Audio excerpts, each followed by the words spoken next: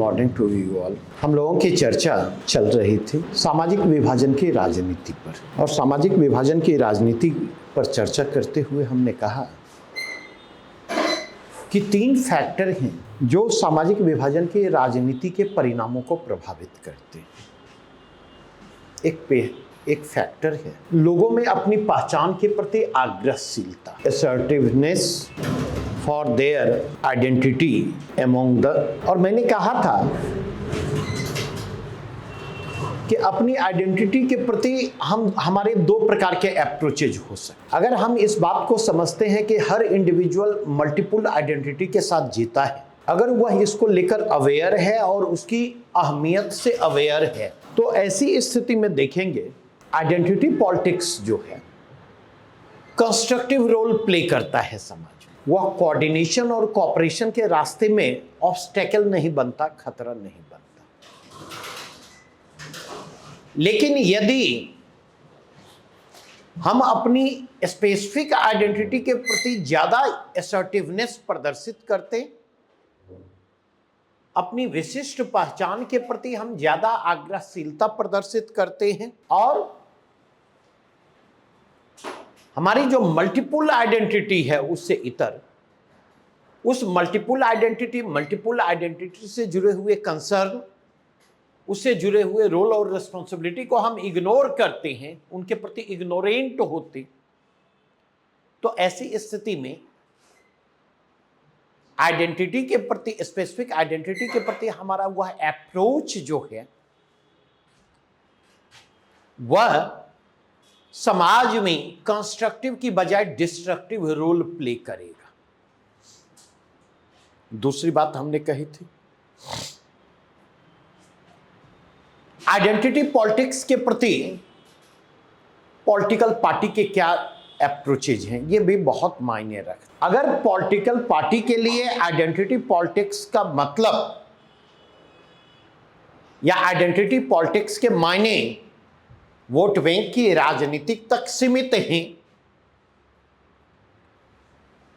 तो वह political party का आइडेंटिटी पॉलिटिक्स के प्रति यह रवैया जो है वह डिविजिव पॉलिटिक्स का आधार तैयार करेगा, यह विभाजनकारी राजनीति का आधार तैयार करेगा। लेकिन अगर पॉलिटिकल पार्टी का इंटेंट पॉजिटिव है और वह आइडेंटिटी पॉलिटिक्स को डेमोक्रेटिक सेटअप में कॉन्स्टिट्यूशनल मैंडेट को फॉलो करते हुए आगे बढ़ा, आइडेंटिटी पॉलिटिक्स लोकतांत्रिक तरीके से संवैधानिक दायरे में रहकर की जाती,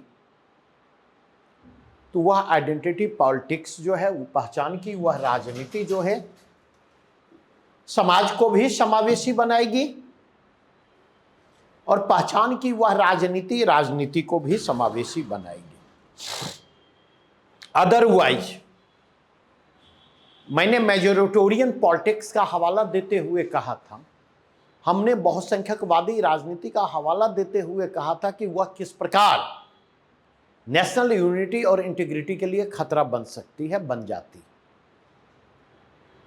चाहे वह मेजोरिटेरियन पॉलिटिक्स पाकिस्तान में किया गया हो, जिसका परिणाम पाकिस्तान के विभाजन और पृथक बांग्लादेश के गठन के रूप में होता, चाहे वो मेजोरिटेरियन पॉलिटिक्स श्रीलंका में किया गया हो, जिसने श्रीलंका को लंबे समय तक सिविल वार में उलझाए रखा, चाहे वो मेजोरिटेरियन पॉलिटिक्स वर्तमान बांग्लादेश में किया जा रहा हो, या मेजोरिटेरियन पॉलिटिक्स हिंदुस्तान में किया जा रहा हो।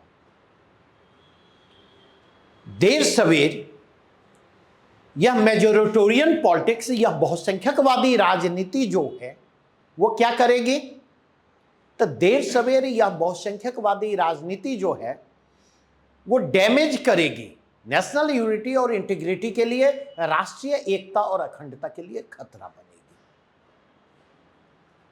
और तीसरी बात हमने कही थी, और इसीलिए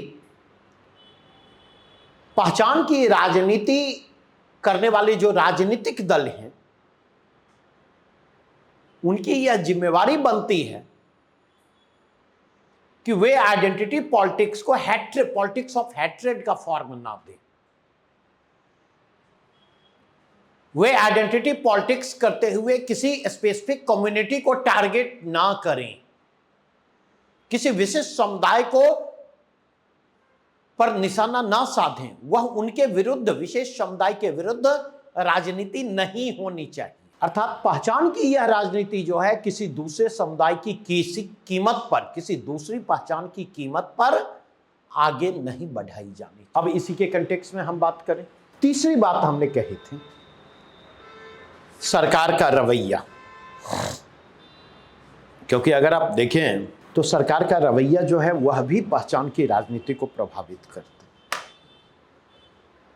पहला चैप्टर मैंने डिस्कस किया था शेयरिंग ऑफ पावर्स, सत्ता की साझेदारी। पहचान की जो राजनीति हो रही है, अगर सरकार उसके प्रति रिस्पॉन्सिव है, सेंसिटिवली रिस्पॉन्ड करती है, संवेदनशील तरीके से पहचान की उस राजनीति को हैंडल करने की कोशिश करती है, तो ऐसी स्थिति में क्या होगा? ऐसी स्थिति में देखें तो पहचान की राजनीति जो है वह समावेशी राजनीति का आधार तैयार करेगी। ऐसी स्थिति में अगर आप जाकर के देखें तो सत्ता में साझेदारी के जरिए पहचान की राजनीति को इफेक्टिवली रिस्पॉन्ड करने का प्रयास किया। लेकिन अगर आइडेंटिटी पॉलिटिक्स के प्रति सरकार का रवैया ऑपरेसिव या सप्रेसिव है, सरकार पहचान की राजनीति को दबाने की कोशिश करती है, नहीं, उसके कंसर्न को रिजॉल्व करने की बजाय उसके कंसर्न को इग्नोर करती है, बाय फोर्स उसे सप्रेस करने की कोशिश करती है,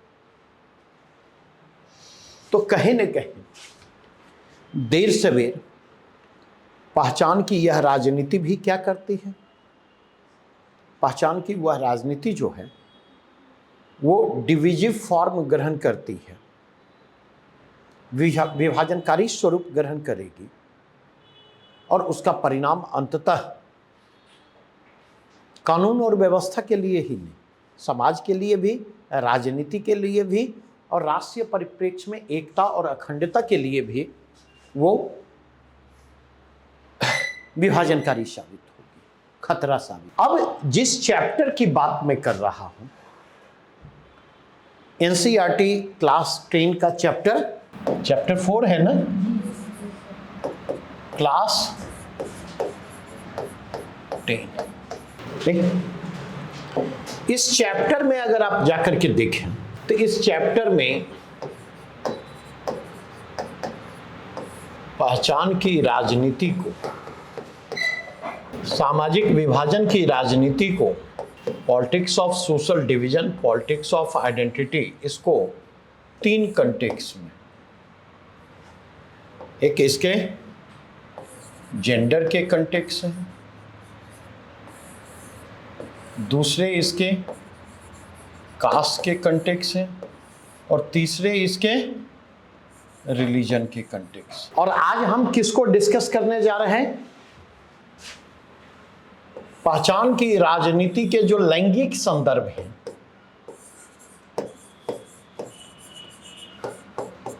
जेंडर इश्यूज को हम डिस्कस करने जा। लेकिन मुझे लगता है जेंडर इश्यूज को डिस्कस करने के पहले हमें 3 चीजों को समझना हो। पहली चीज है सेक्स और जेंडर, दूसरी चीज है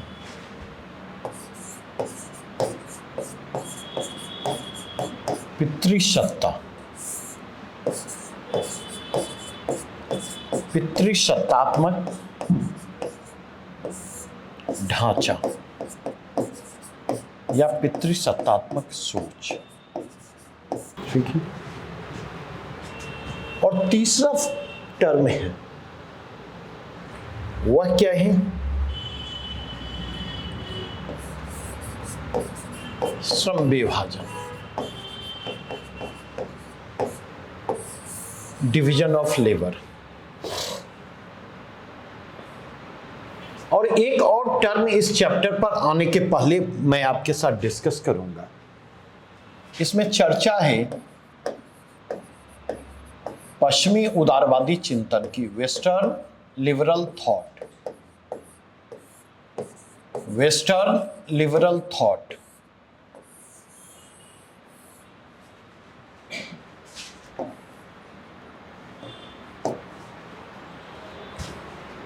ठीक है, पहले इन चारों को हम समझें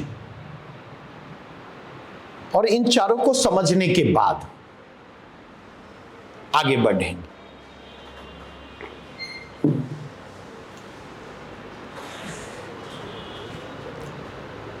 पहला प्रश्न उभर करके आता सेक्स और जेंडर।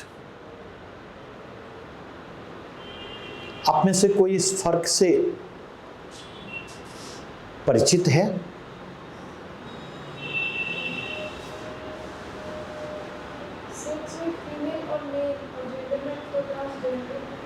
जेंडर में? अच्छा, सेक्स में ट्रांसजेंडर नहीं आएंगे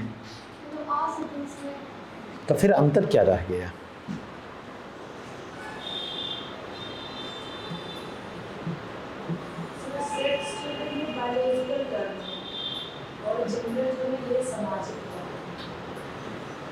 ठीक है, सेक्स जो है, सेक्स जो है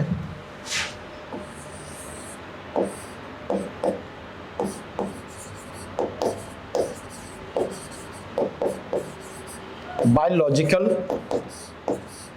डिफरेंसेज का संकेतक है।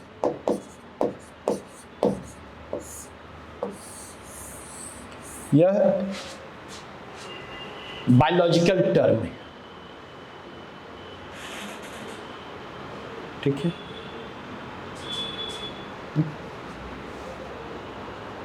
और सेक्सुअल डिफरेंसेस जो मेल और फीमेल के बीच हैं उनको समाप्त नहीं किया जा सकता।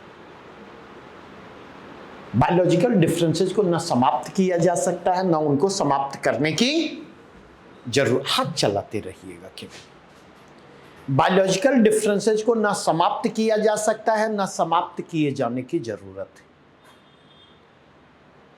ये नेचुरल है। बायोलॉजिकल डिफरेंसेस नेचुरल है। और अगर आप जाकर के देखें तो इस बायोलॉजिकल डिफरेंसेस के कारण ही, इन जैविक अंतरों के कारण ही नेचर ने मेल और फीमेल दोनों को अलग अलग रोल और रिस्पॉन्सिबिलिटी सौंपी। दोनों की भूमिकाएं अलग अलग हैं, दोनों की जिम्मेदारियां अलग अलग हैं। इस बात को समझिए।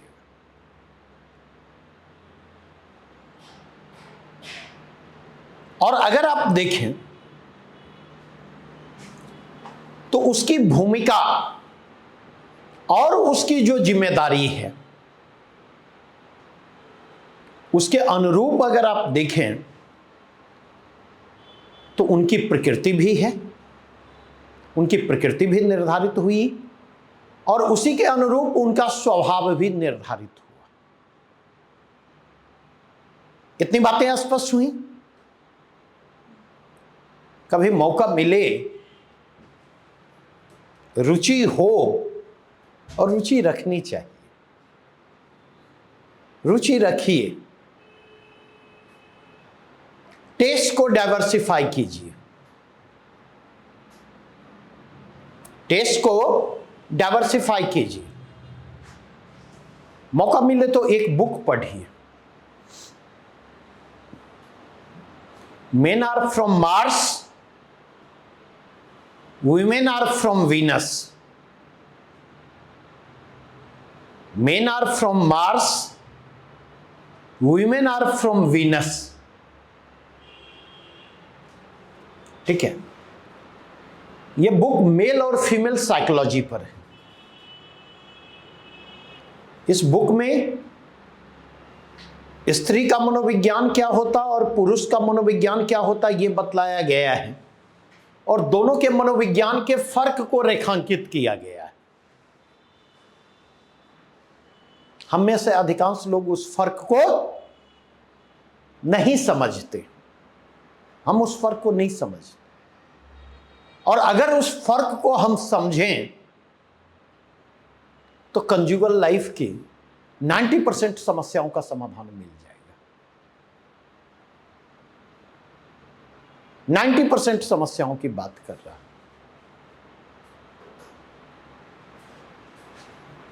ठीक है,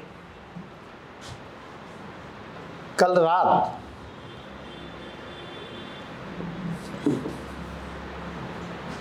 हमारी बात रूममेट से हो रही थी। हमारा जो रूममेट कभी हुआ करता, तो उसने कहा कि सर्वेश भैया आप तो मैसेज भी नहीं देखते हैं और लगता है भूल ही गए। ठीक है, तो हमने कहा कि देखो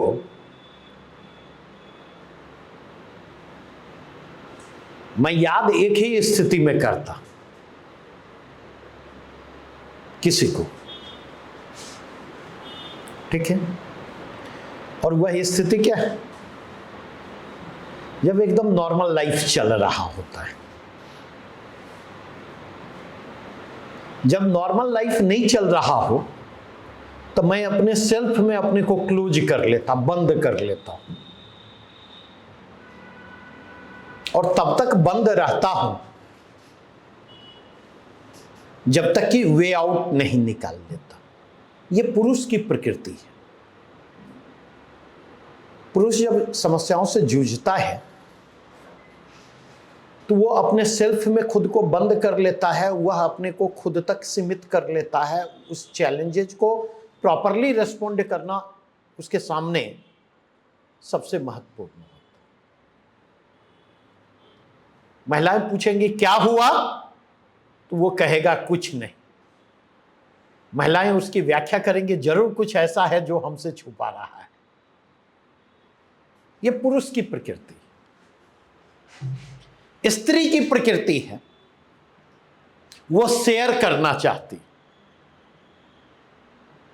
उसको एक ऐसा आदमी चाहिए जो चुपचाप उसे सुन ले। पुरुष को लगता है ये समस्या में है, हमसे मदद मांग रही है, इसको सलाह की जरूरत है। पुरुष क्या करता है, दन दनादन सलाह देते चला जाता। नहीं, महिला को तो सलाह नहीं चाहिए, नहीं, सॉल्यूशन उसके पास है। सॉल्यूशन के लिए उसे पुरुष की जरूरत नहीं। और जब पुरुष की उस सलाह को नहीं मानती तो पुरुष बिफर पड़ता है। जब तुम्हें मेरी बात सुननी ही नहीं है तो फिर मुझे कहती क्यों। वहीं से समस्या की शुरुआत होती है या नहीं, कन्फ्लिक्ट की शुरुआत होती है या नहीं। बस शांत होकर के सारा सुन ले, कोई कन्फ्लिक्ट नहीं होगा। तो मैं जो ये बात कर रहा, आप अगर देखें, नेचर ने स्त्री और पुरुष को परस्पर पूरक की भूमिका में देखा है। नेचर यह एक्सपेक्ट करता है प्रकृति और पुरुष से कि they should complement each other. वे एक दूसरे के पूरक की भूमिका का निर्वाह करें और एक दूसरे को पूर्णता प्रदान करें।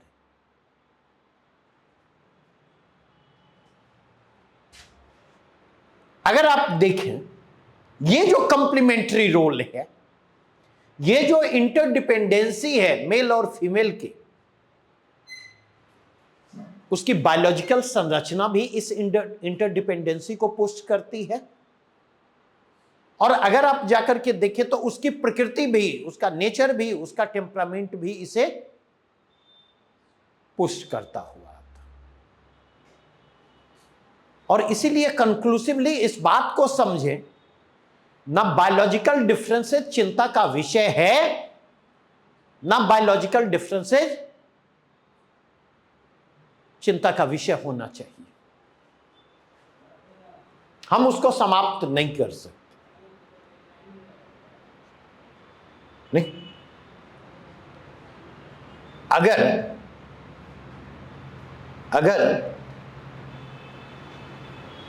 बच्चा पैदा करने की बात आएगी तो यह अतिरिक्त जिम्मेवारी किसको सौंपी गई है? प्रकृति ने स्त्री को सौंपी है, पुरुष नहीं कर सकता। और इसलिए अगर देखें, चूंकि उसके पास यह अतिरिक्त जिम्मेवारी है, इसलिए आप पाएंगे उसकी प्रकृति भी कैसी है? वो कोमल होगी, वो कोमल होगी, वो संवेदनशील होगी, वो भावुक होगी, सेवा का भाव उसमें होगा, सेंस ऑफ सैक्रिफाइस होगा, त्याग की भावना उसमें होगी, उसमें ममत्व होगा, उसमें स्नेह होगा। ये नारी स्वभाव का हिस्सा है या नहीं? नहीं। इसकी तुलना में पुरुष कैसा होता है? इसकी तुलना में अगर पुरुष को देखें तो पुरुष कठोर होता है। मां और पिताजी का फर्क यही है ना। अब अगर हम देखें, दूसरा शब्द है, वह क्या है? दूसरा शब्द है जेंडर।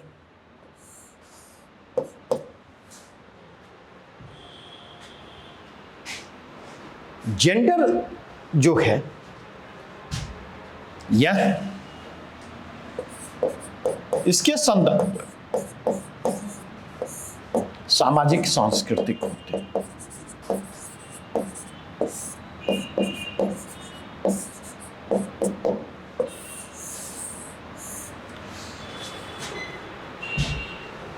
ये फर्क जो है, ये जो डिफरेंसेज हैं, ये प्राकृतिक नहीं है, नेचुरल नहीं है।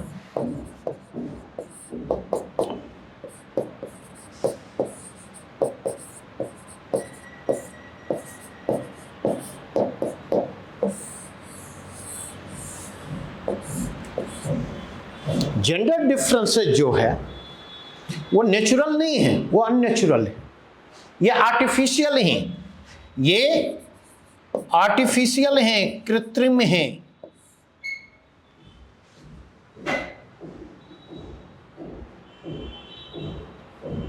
क्रिएटेड बाय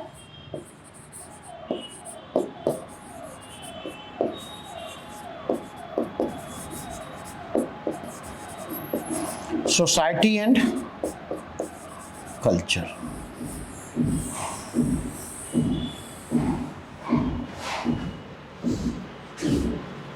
ये सोशल कल्चरल माइंडसेट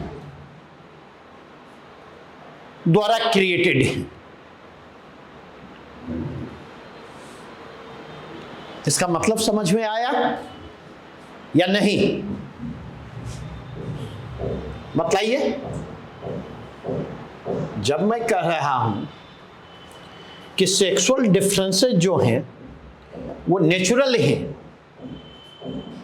जबकि जेंडर डिफरेंसेस जो हैं वो नेचुरल नहीं है, वो अननेचुरल हैं, वो आर्टिफिशियल हैं, बाय प्रोडक्ट हैं वे सोशल कल्चरल माइंडसेट के। नाम सुना है?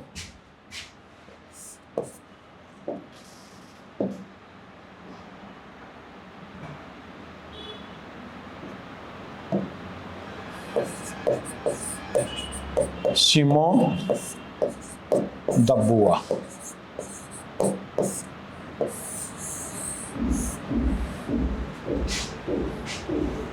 ये फेमिनिस्ट थी, नारीवादी चिंतक थे।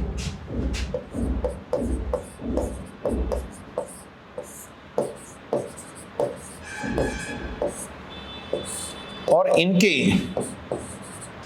बुक है द सेकेंड सेक्स। इनकी बुक का नाम है the second sex.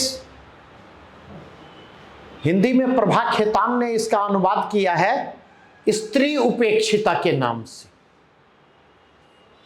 Prabha Khetan ने इस बुक का अनुवाद किया है स्त्री उपेक्षिता नाम से। जैसे आप में से किसी ने शिव खेरा की पुस्तक पढ़ी है, यू कैन विन? नहीं पढ़ी है उसका? अरे यू कैन विन अंग्रेजी में है, जीत आपकी हिंदी में। उसका टैग लाइन क्या है? उसका टैग लाइन क्या है उस पुस्तक का? कुछ टैग लाइन है ना? क्या टैग लाइन है? विजेता कोई अलग काम नहीं करते, वे अलग तरीके से काम करते। विजेता कोई अलग काम नहीं करते, वे अलग तरीके से काम करते। नहीं, इसका क्या मतलब हुआ? खैर उस पर अभी नहीं जाऊंगा। ठीक उसी प्रकार देखेंगे द सेकेंड सेक्स का टैग लाइन है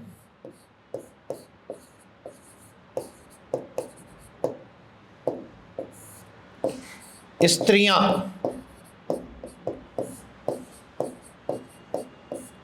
पैदा नहीं होती, वे बनाई जाती।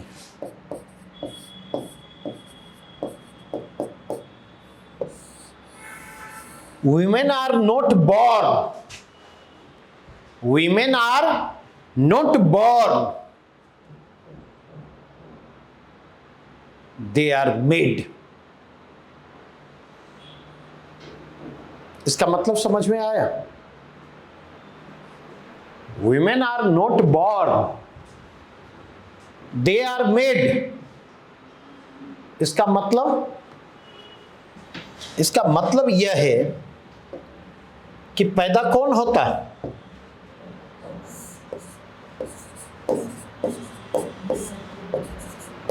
पैदा होते हैं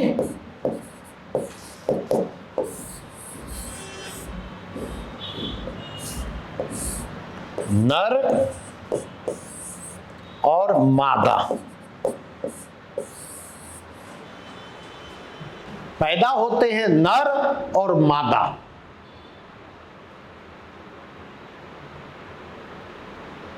नहीं, और ये जो हमारा सोशल कल्चरल माइंडसेट है, ये जो हमारा सोशल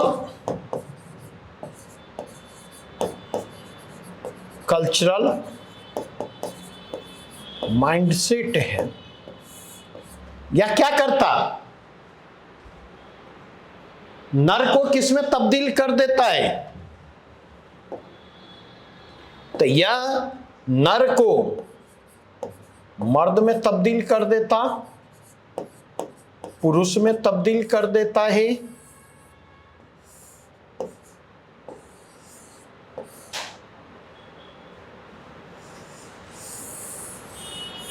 और मादा को किस में तब्दील कर देता? स्त्री में तब्दील कर देता है, औरत में तब्दील कर देता है।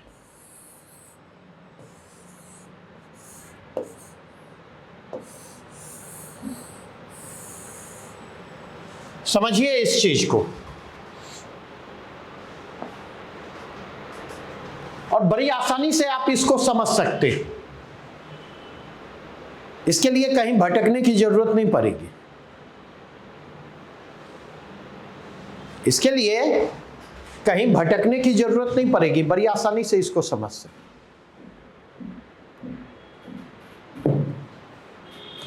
घर में बच्चे का जन्म होता, बच्चियों का जन्म होता।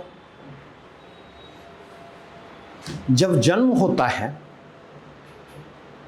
नहीं, कभी बच्ची के जन्म पर रोते देखा है?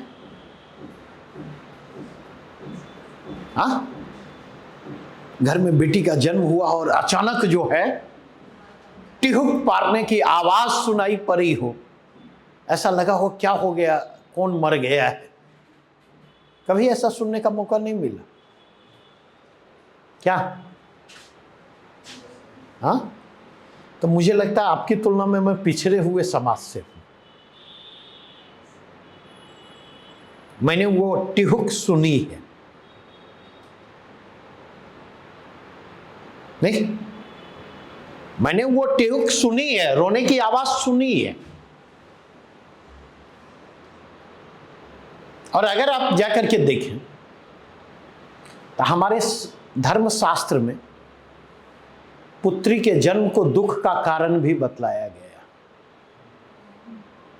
पुत्री के जन्म को दुख का कारण भी बतलाया गया। ठीक है, अब आप पूछें क्या हुआ है, तो जिसके घर बेटा हुआ है वो क्या कहता है? बेटा हुआ है, आवाज में और छाती जो है बोलते हुए चौड़ी दिखाई पड़ेगी। और क्या हुई है? बेटी हुई है, आवाज मरियल सी दिखाई पड़ेगी। सब केस में नहीं, मोस्ट ऑफ द केसेज में। यही सोशल कल्चरल माइंडसेट है, यही सोशल कल्चरल माइंडसेट है। बेटा के जन्म लेते ही पिता का कंधा तन जाता है, और बेटी के जन्म लेते ही पिता का कंधा क्या होता? झुक जाता है। नहीं क्या पल्लवी, ऐसा होता है या नहीं?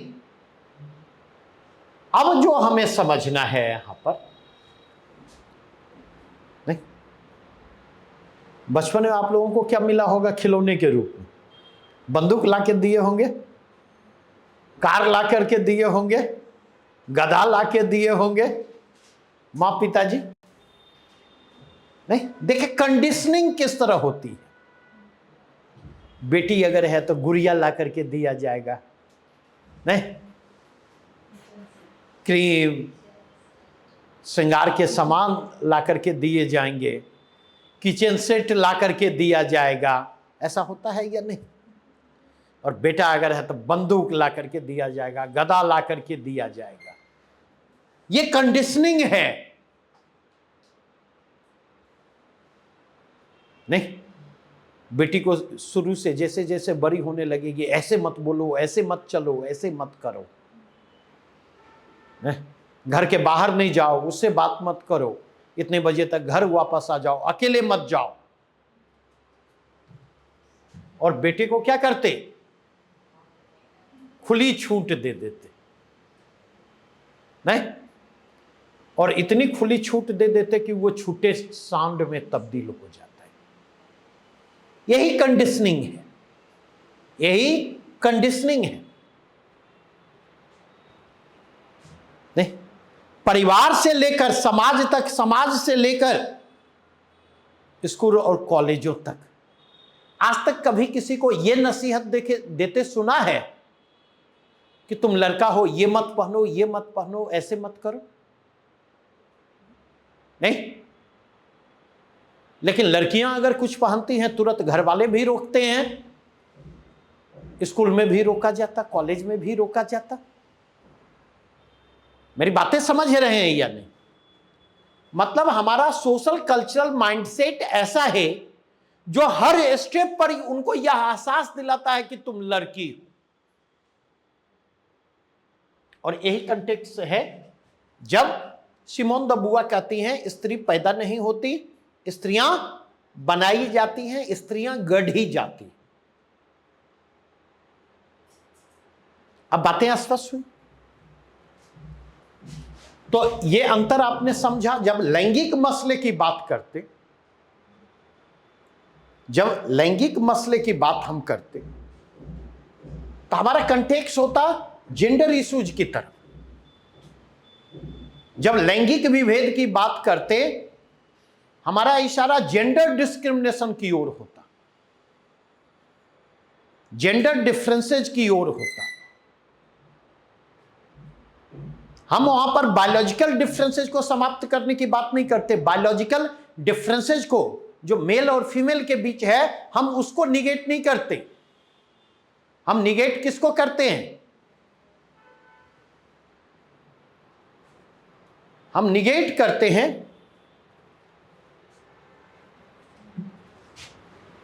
आगे बढ़े। दूसरा टर्म हमने क्या कहा?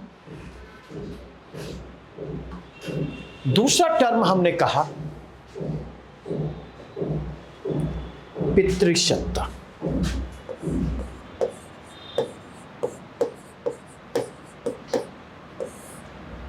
पैट्रियार्की। पितृसत्ता का मतलब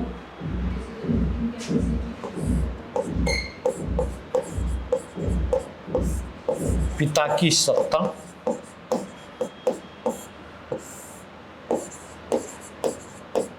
पिता का शासन। आगे बढ़े।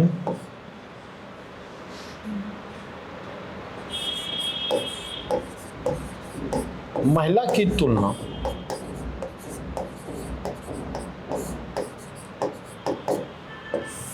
तुलना में पुरुषों को अधिक अहमियत नहीं, ज्यादा महत्व, ज्यादा शक्ति।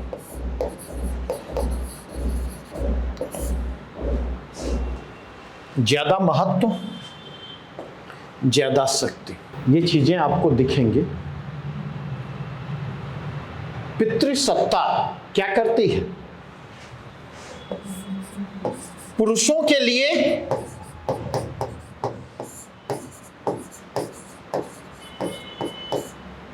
विशेषाधिकार की प्रस्तावना।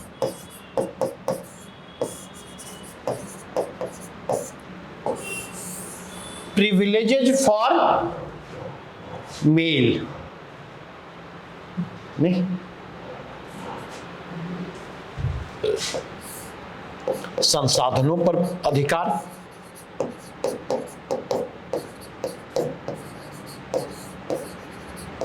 संसाधनों पर अधिकार किसका होगा? पुरुषों का होगा। अधिक शक्तियां किसके पास होगी? पुरुषों के पास होगी। आज भी अगर आप जाकर के देखें, अगर आपके पिताजी मां से पूछ करके कोई काम करते तो इसको अच्छा माना जाता है या खराब? दादा दादी इसको किस रूप में देखते? नहीं, परिवार के अन्य लोग, समाज लोग, किस लोग, अन्य लोग और समाज के लोग इसको किस रूप में देखते? बतलाइए। क्या क्या? हाँ पल्लवी, किस रूप में देखते?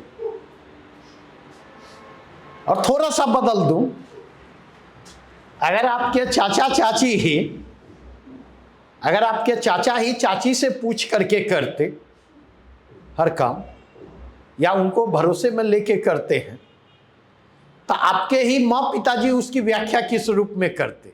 आप उसकी व्याख्या किस रूप में करते? मेरी बातें समझ रहे हैं या नहीं? नहीं, ये समझने की चीज। एक बार हुआ कुछ यूं कि पिताजी से बातचीत हो रही थी, उन्होंने कुछ मुझसे पूछा, तो हमने कहा कि एक बार इस मसले पर मैं सिम्मी से बात कर लेता हूं अपनी वाइफ के बारे में। तो उन्होंने कहा तुम सिम्मी से पूछो, निम्मी से पूछो। हमने आज तक अपनी जिंदगी में ना सिम्मी से पूछी है ना निम्मी से पूछी है।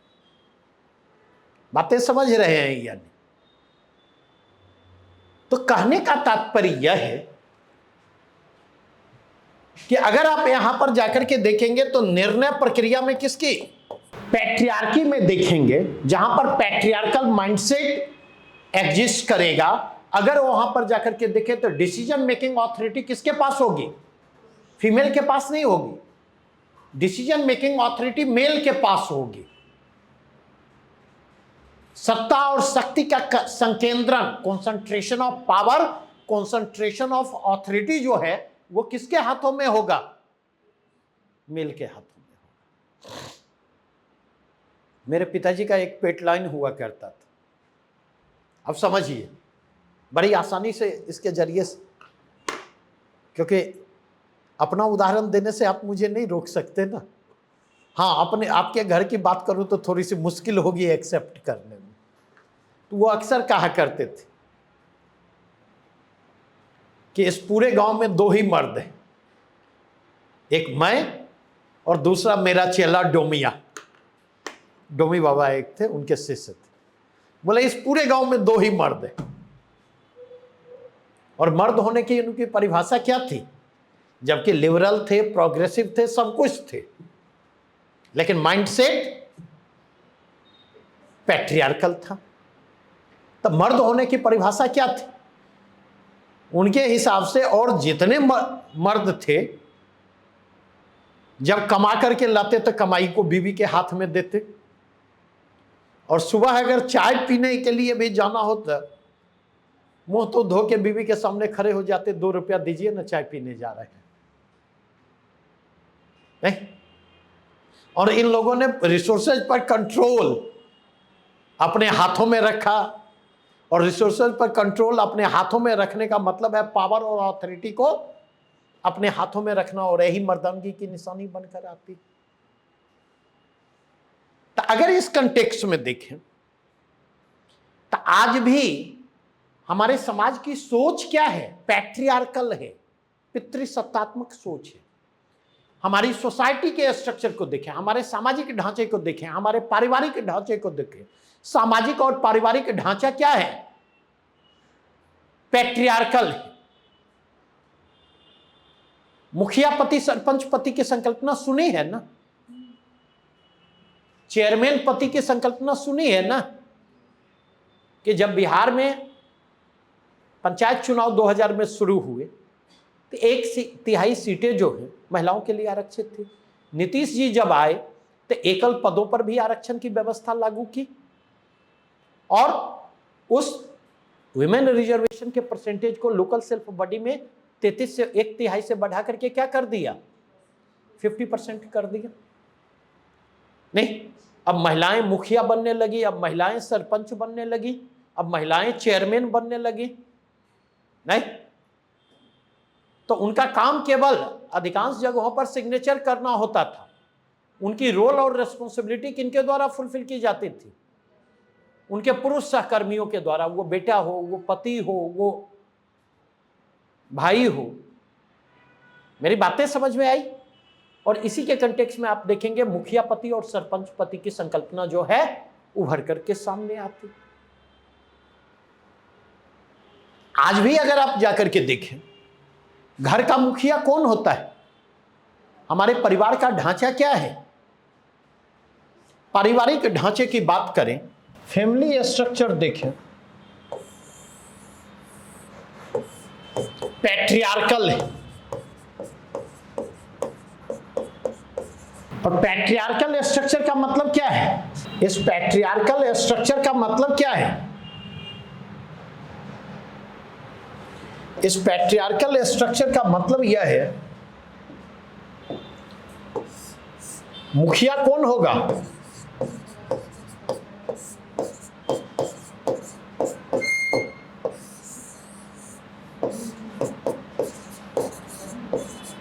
परिवार का वरिष्ठतम पुरुष सदस्य, जो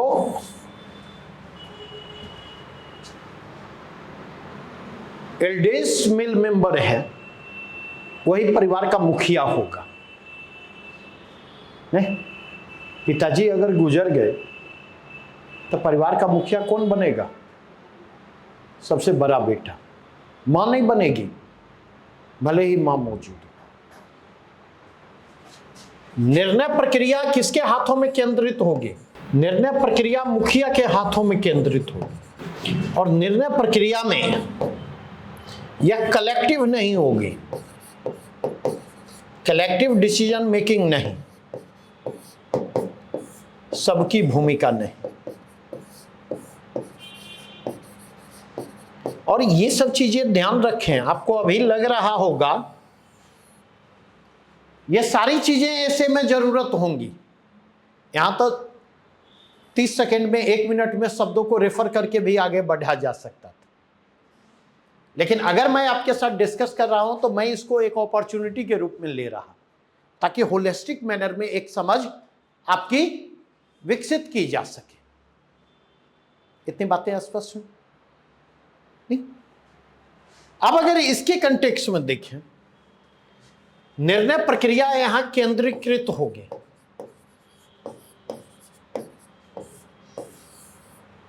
संसाधनों पर अधिकार किसका होगा?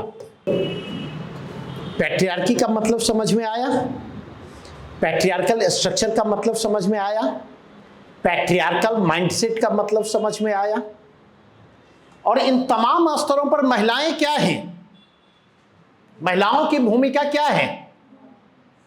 अगर आप जाकर के देखें, वो मार्जिनलाइज दिखाई पड़ेंगी, उनका कोई रोल नहीं दिखाई पड़ेगा, नहीं? और अक्सर देखें, घर में अगर पिताजी मां को पैसा रखने भी देते हैं तो उस पैसे का इस्तेमाल मां अपनी मर्जी से नहीं कर सकती है। मोस्ट ऑफ द केसेज एक एक पैसे का हिसाब देना होता, या जरूरत पड़ने पर अगर 500 रुपए की भी जरूरत हो तो पिताजी से कहना पड़ता है, ऐसा है या नहीं?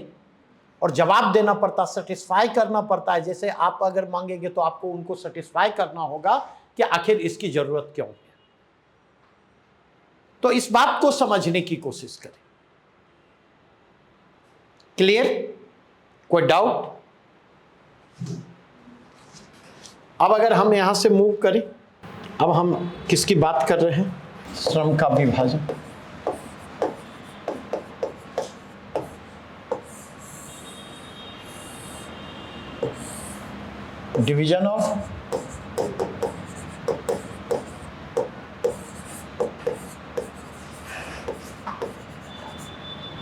Division of labour.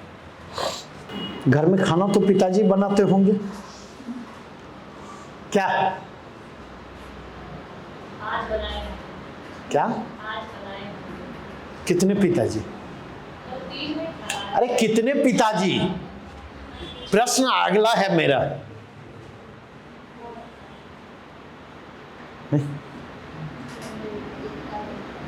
तीज आप ही की मां के लिए नहीं था ना, मेरी भी पत्नी के लिए था ना? नहीं था? मैंने बनाए, इसलिए मैंने पूछा कितने पति ने बनाया होगा। ये प्रश्न अहम प्रश्न है। अगर आप देखें डिवीजन ऑफ लेबर में, ठीक है,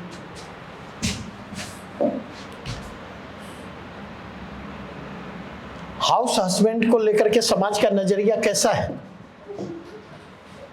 हंस रहे हैं, नहीं सुना है? एक हमारे फेसबुक मित्र हैं जे सुशील, उनकी एक पुस्तक आई है, एक हाउस हस्बैंड की डायरी। एक हाउस हस्बैंड की डायरी, ठीक है, अमेरिका में है, जेएनयू के प्रोडक्ट हैं, और उन्होंने स्वेच्छा से हाउस हस्बैंड की भूमिका स्वीकार की और एक लंबे समय तक हाउस हस्बैंड की भूमिका निभाई। ठीक है?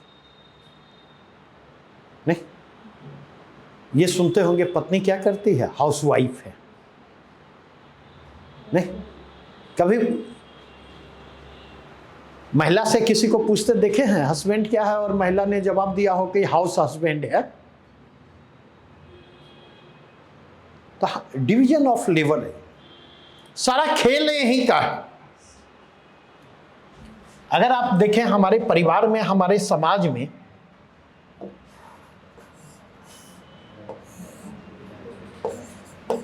डिवीजन ऑफ लेबर, महिलाओं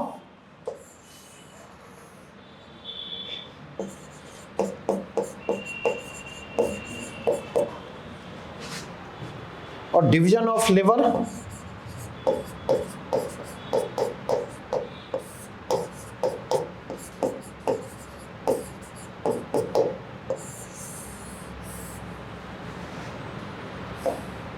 बार बार एक बात मैं कहता, जिंदगी को समझने की कोशिश कीजिए, केवल किताबों के नजर से जिंदगी को मत देखें। नहीं, मुख्य रूप से देखें महिलाओं की भूमिका क्या है।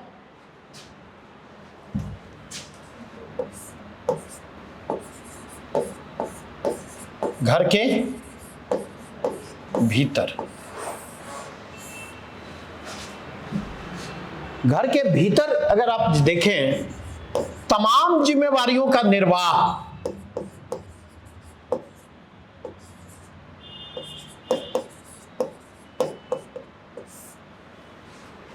तमाम जिम्मेदारियां महिलाओं को सौंपी गई है। तमाम जिम्मेदारियों का निर्वाह किसके द्वारा किया जाता? महिलाओं के द्वारा किया जाता। और अगर आप जाकर के देखें इनकी प्रकृति क्या है, ये इनकी प्रकृति अनुत्पादक है, अनप्रोडक्टिव नेचर है। और अनप्रोडक्टिव किस कंटेक्स्ट में? नॉट हेल्पफुल इन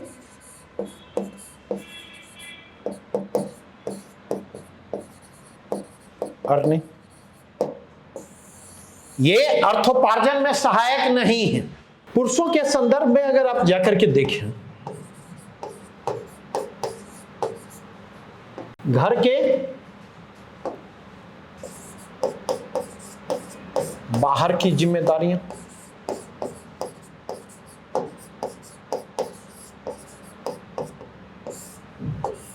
और पुरुष के हिस्से जो काम आया वो productive nature of work. Nature of work क्या है? प्रोडक्टिव है।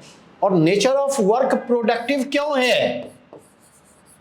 क्योंकि हेल्पफुल इन अर्निंग्स। ये क्या है? अर्निंग में हेल्पफुल है, अर्निंग में सहायक है, अर्थोपार्जन में सहायक है। अर्थात पुरुषों को उनके काम के बदले क्या मिलता? काम के बदले पैसा, जिससे उनकी कमाई होती। अब बातें समझ में आई?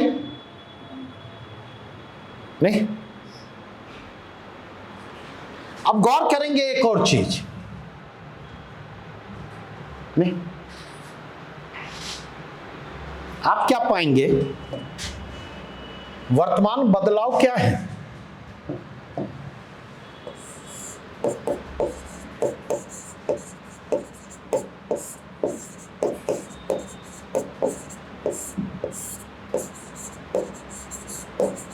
वर्किंग वुमेन की अवधारणा,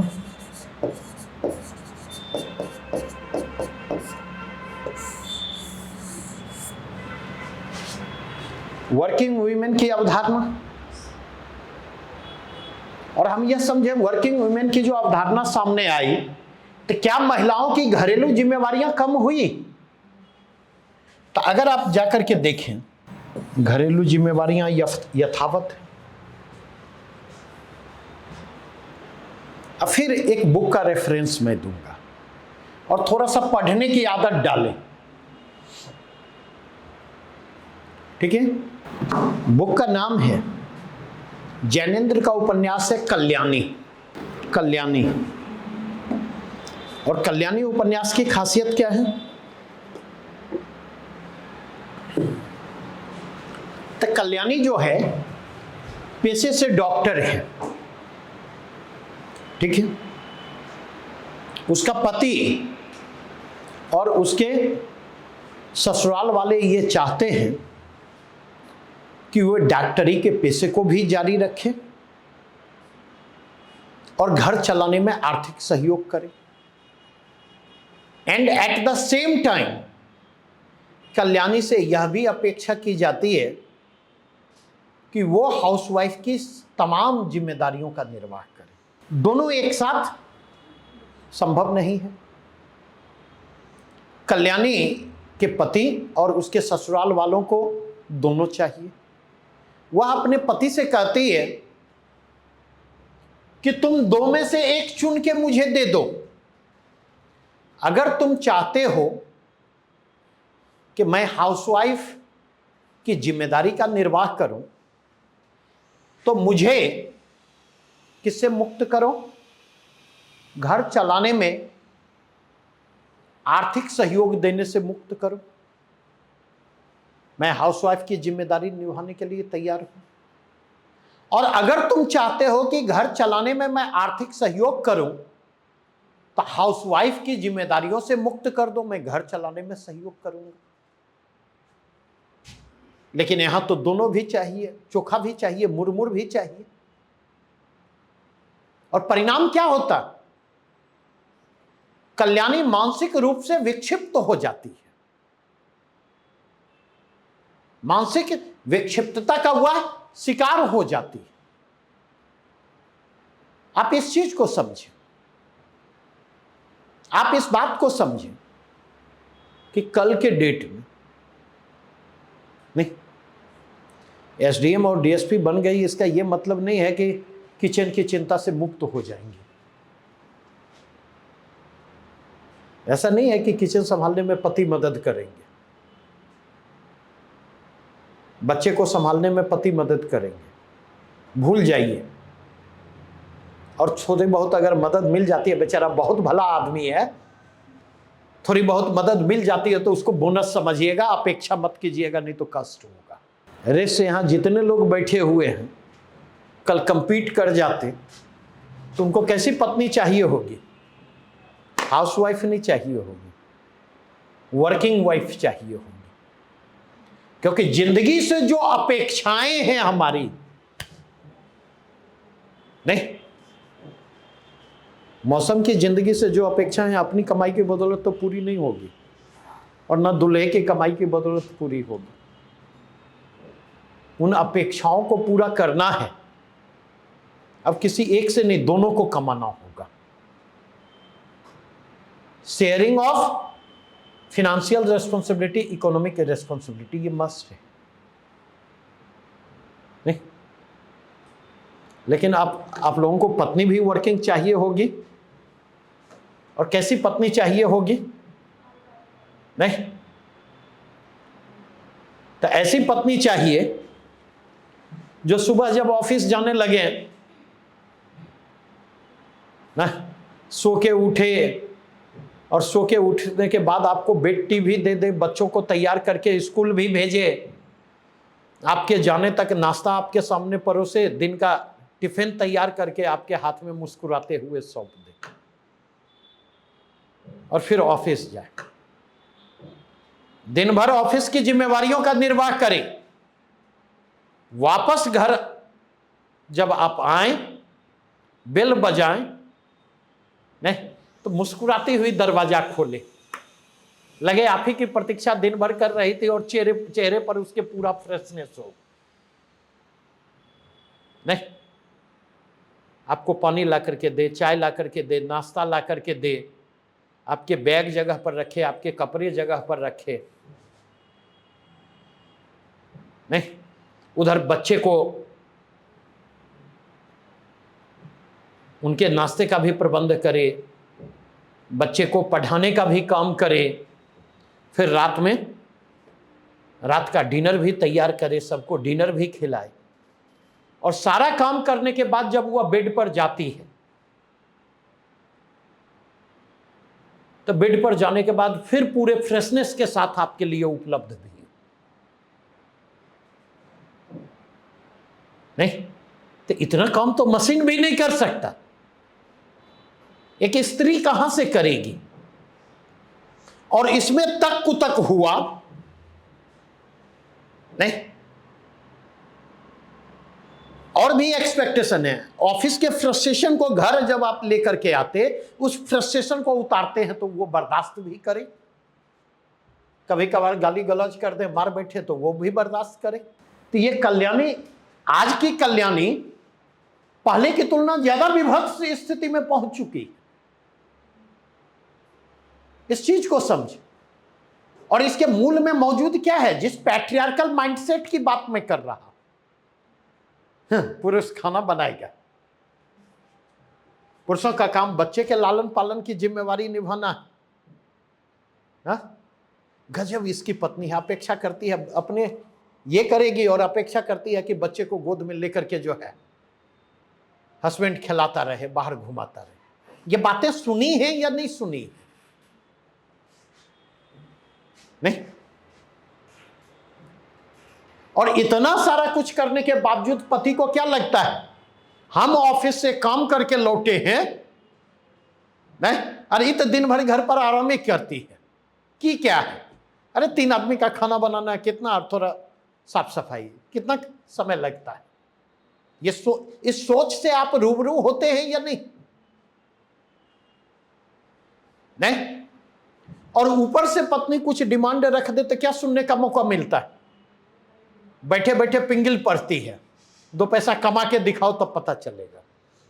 ये कमोबेश हर घर के फीचर है, हर घर के फीचर है।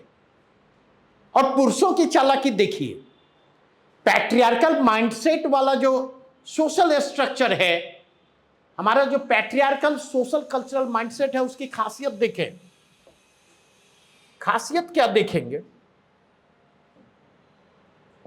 तो आप यह पाएंगे, खासियत यह देखेंगे, जब महिलाओं वाले काम घर के बाहर करने हो,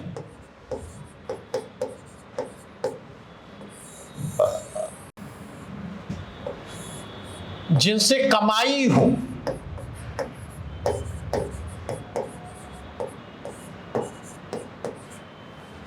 तो वो काम कौन करता है?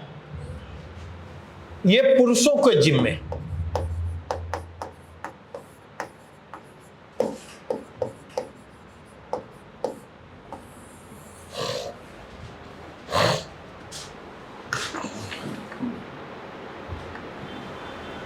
अधिकांश शेफ देखें, महिलाएं हैं या पुरुष।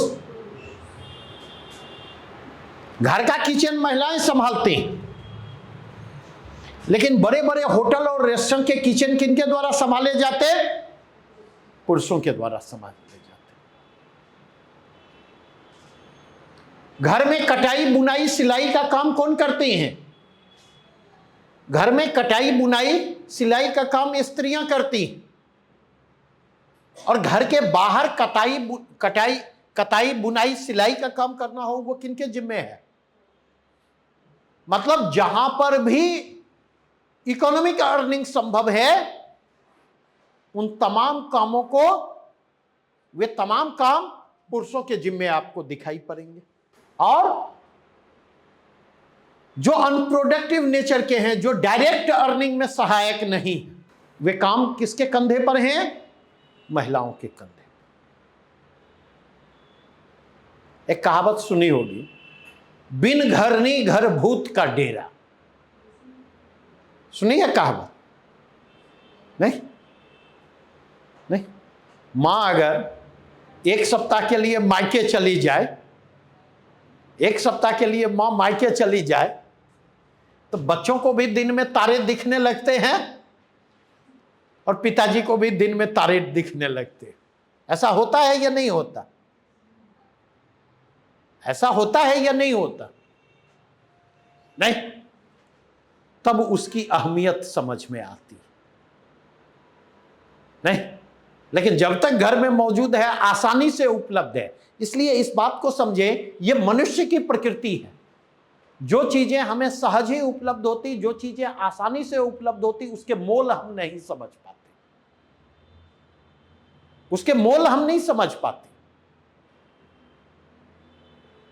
मोल तभी हम समझते हैं जब उसके लिए पे करना होता है। नहीं, अपने बचपन को याद करें, दिन भर घर में बल्ब जलता रहता था या नहीं? घर में है तब भी, नहीं है तब भी पंखा चलता रहता था या नहीं? क्यों?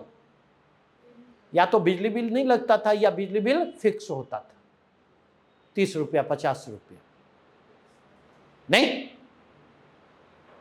लेकिन जब बिजली चोरी को रोकने की दिशा में पहल शुरू हुई इफेक्टिवली, तो धीरे धीरे धीरे धीरे मीटर लगा।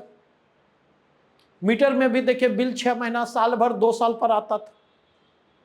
तो पहले की तुलना चीजें कम हुई, लेकिन अब स्मार्ट मीटर लगता है तो घर से बाहर जाने की बात, कमरे से बाहर जाने की बात आप बाद में सोचते हैं, पहले स्विच ऑफ करने की बात सोचते हैं। मेरी बातें स्पष्ट हुई या नहीं? तो इस कंटेक्स्ट को समझने की जरूरत है। जो हमने पैट्रियार्कल माइंडसेट की बात की, जिस पैट्रियार्कल स्ट्रक्चर की बात हमने आपके साथ की, उस पैट्रियार्कल माइंडसेट और उस पैट्रियार्कल स्ट्रक्चर का संबंध सीधे सीधे किससे जाकर जुड़ता? उसका संबंध जो है डिवीजन ऑफ वर्क से जाकर जुड़ता है, श्रम के लैंगिक विभाजन से जाकर के जुड़ता। और हमेशा ध्यान रखें, जब भी जेंडर डिस्पैरिटी की बात होगी, जब भी जेंडर डिस्क्रिमिनेशन की बात होगी,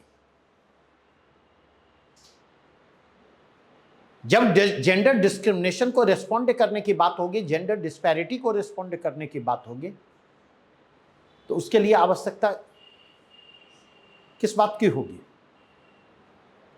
महिलाओं को संसाधनों पर अधिकार मिले। और इसलिए देखेंगे लैंगिक असमानता, जेंडर इनइक्वालिटी सबसे कहां विजिबल है?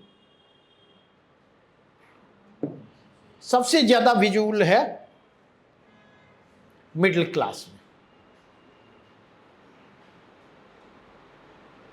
लोअर क्लास में जेंडर डिस्पैरिटी है क्या? लोअर क्लास में आकर देखें तो वहां पर जेंडर इक्वलिटी है, कंपैरेटिवली जेंडर डिस्पैरिटी वहां पर कम है। क्यों? अगर पति पत्नी को गाली देगा, मारेगा, पत्नी कुछ भी नहीं कर पाएगी तो अभगुआ सरधुआ जरूर कर देगी, जरूर कर देगी, नहीं? ऐसा है या नहीं है? नहीं? ज्यादा अगर माहौल बिगड़ा तो चोकला बेलना छोलनी जो हाथ में आएगा डब्बू दे मारेगी, वो टॉलरेट नहीं करेगी। क्यों?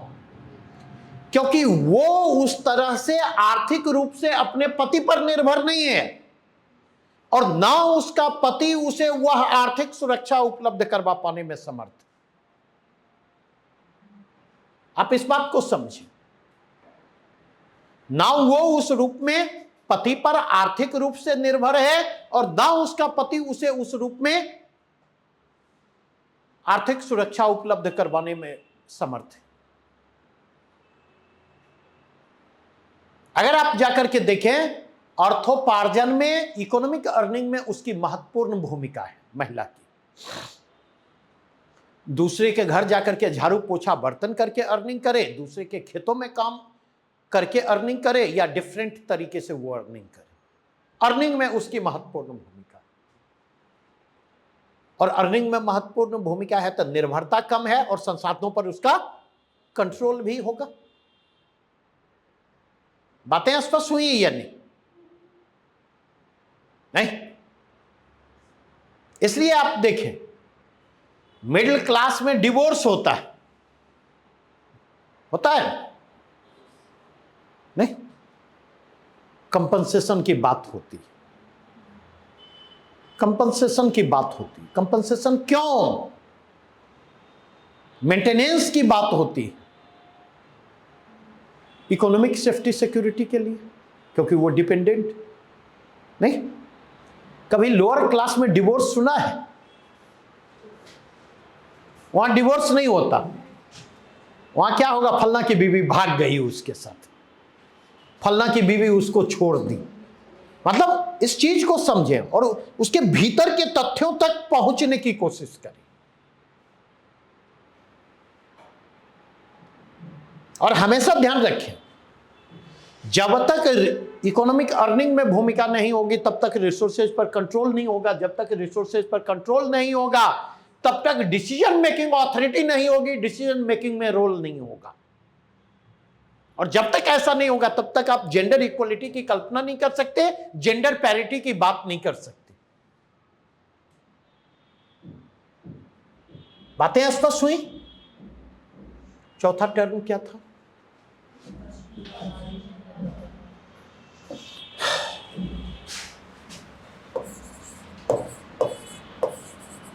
वेस्टर्न लिबरल थॉट, पश्चिमी उदारवादी चिंतन जो है, अगर आप देखें तो इसकी आत्मा क्या है, इसके प्राण तत्व क्या है?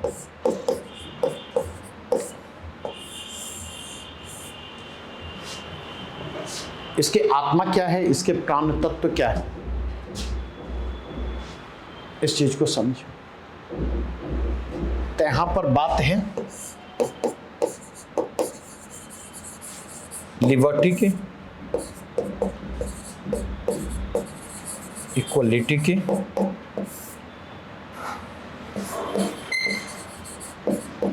जस्टिस की, फ्रेटर्निटी की।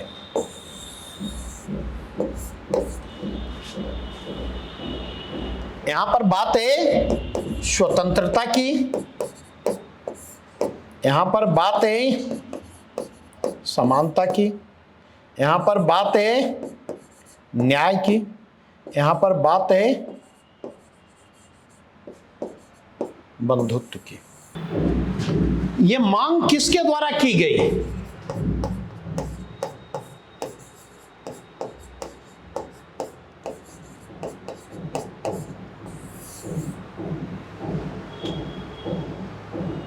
लिबर्टी, इक्वलिटी, जस्टिस, फ्रेटर्निटी की मांग किसके द्वारा की गई? तो यह मांग की गई नवोदित मध्य वर्ग के द्वारा।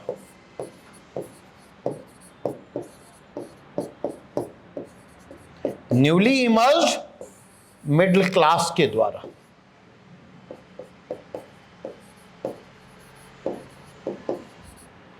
और न्यूली इमर्ज जो मध्य क्लास है, मिडिल क्लास है, उसका इमर्जेंस किसकी पृष्ठभूमि में होता? औद्योगिक क्रांति की पृष्ठभूमि में, इंडस्ट्रियल रिवॉल्यूशन की पृष्ठभूमि में। तो ये इसके द्वारा मांग की गई। और किससे मांग की गई? ये मांग किससे की गई? नोबल क्लास से, कुलीन वर्ग से।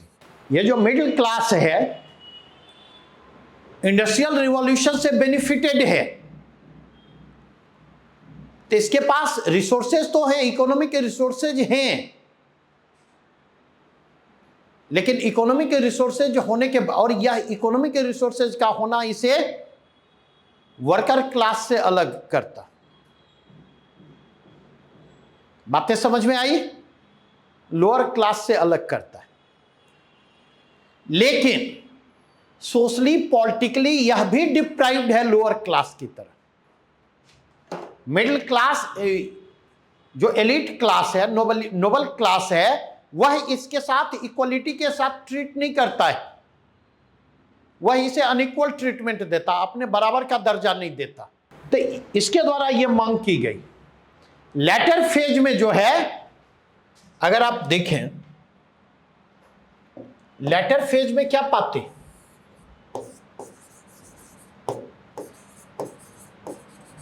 लेटर फेज में देखेंगे यही मांगे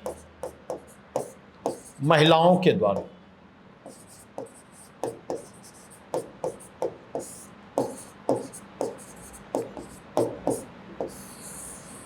और ये मांगे किससे की गई?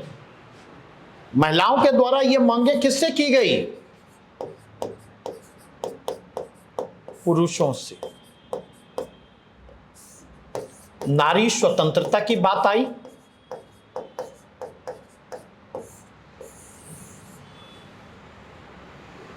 इमेंसिपेशन ऑफ वुमेन की बात आई, नारी मुक्ति की बात आई, लिबर्टी ऑफ वुमेन की बात आई, वुमेन इक्वलिटी की बात आई, स्वतंत्रता की बात आई, नारी की समानता की बात आई, लैंगिक न्याय की बात आई। जो इक्वलिटी ऑफ वुमेन और जेंडर जस्टिस की बात आई, इसका एक सोशल कंटेक्स्ट भी है, उसका एक इकोनॉमिक कंटेक्स्ट भी है, इसका एक रिलीजियस कंटेक्स्ट भी है, इसका एक कल्चरल कंटेक्स्ट भी है, इसका एक पॉलिटिकल कंटेक्स्ट भी है, इसका पॉलिटिकल कंटेक्स्ट भी। बातें स्पष्ट हुई?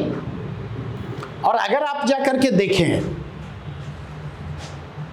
तो महिलाएं आज जहां पर खड़ी हैं, आज भी हम जेंडर इक्वलिटी की बात नहीं कर सकते, नहीं कह सकते महिलाएं और पुरुष एक कॉमन प्लेटफॉर्म पर खड़े हैं, ऐसा नहीं कह सकते। और जो कुछ भी हासिल किया है लंबी लड़ाई के बाद उन्होंने हासिल किया, वो लड़ाई उनके लिए आसान नहीं रही है। इस बात को समझने की कोशिश करें। और अभी उन्हें लंबी लड़ाई लड़नी है।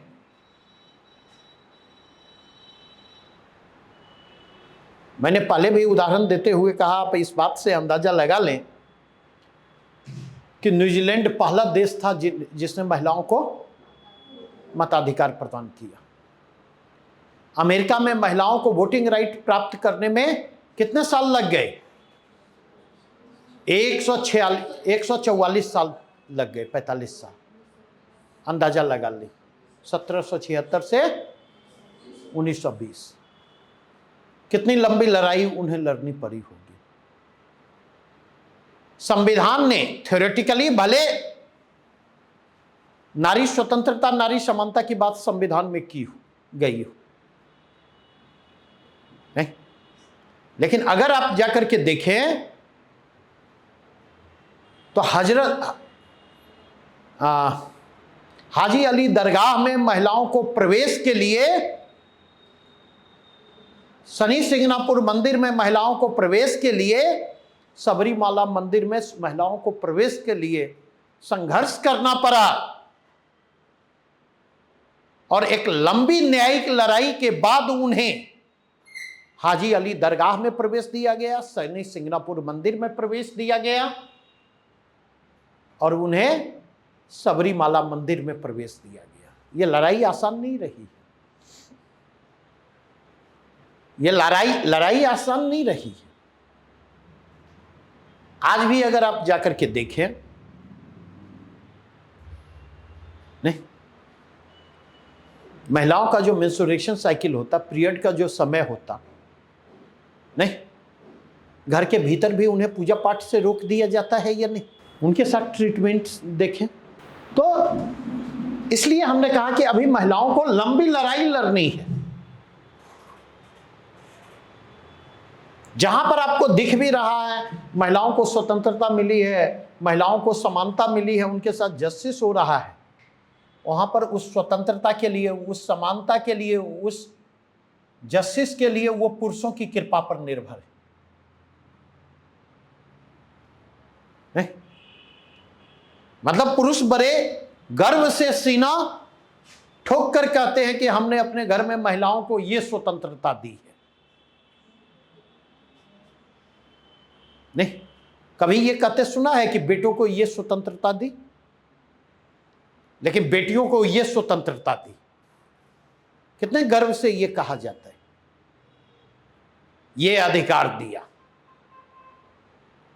तो इस फर्क को समझें। यहां तक में कोई डाउट, किसी प्रकार की दुविधा नहीं? तो आज यहीं पर रोकूंगा। मंडे को अब मैं जो टर्म थे, 4 मेजर टर्म इस बुक में आए थे, उसको हमने विस्तार से एलैबोरेट किया। मंडे को मैं लैंगिक मसले और राजनीति मूल टॉपिक पर को डिस्कस करूंगा। अब इसमें कंफ्यूजन नहीं होना चाहिए। जब मैं वेस्टर्न लिबरल थॉट की बात करता तो वो क्या है, इसमें कंफ्यूजन नहीं होना चाहिए पैट्रियार्की क्या है, इसमें कंफ्यूजन नहीं होना चाहिए कि लिंग, जेंडर और सेक्स में क्या डिफरेंसेज है, इसमें कंफ्यूजन नहीं होना चाहिए जब डिवीजन ऑफ वर्क की बात कर रहे हैं और डिवीजन ऑफ वर्क के कंट्राडिक्शन की बात हम कर रहे हैं तो उसका कंटेक्स्ट क्या है। ओके, तो आज यहीं पर रुकूंगा। Thank you.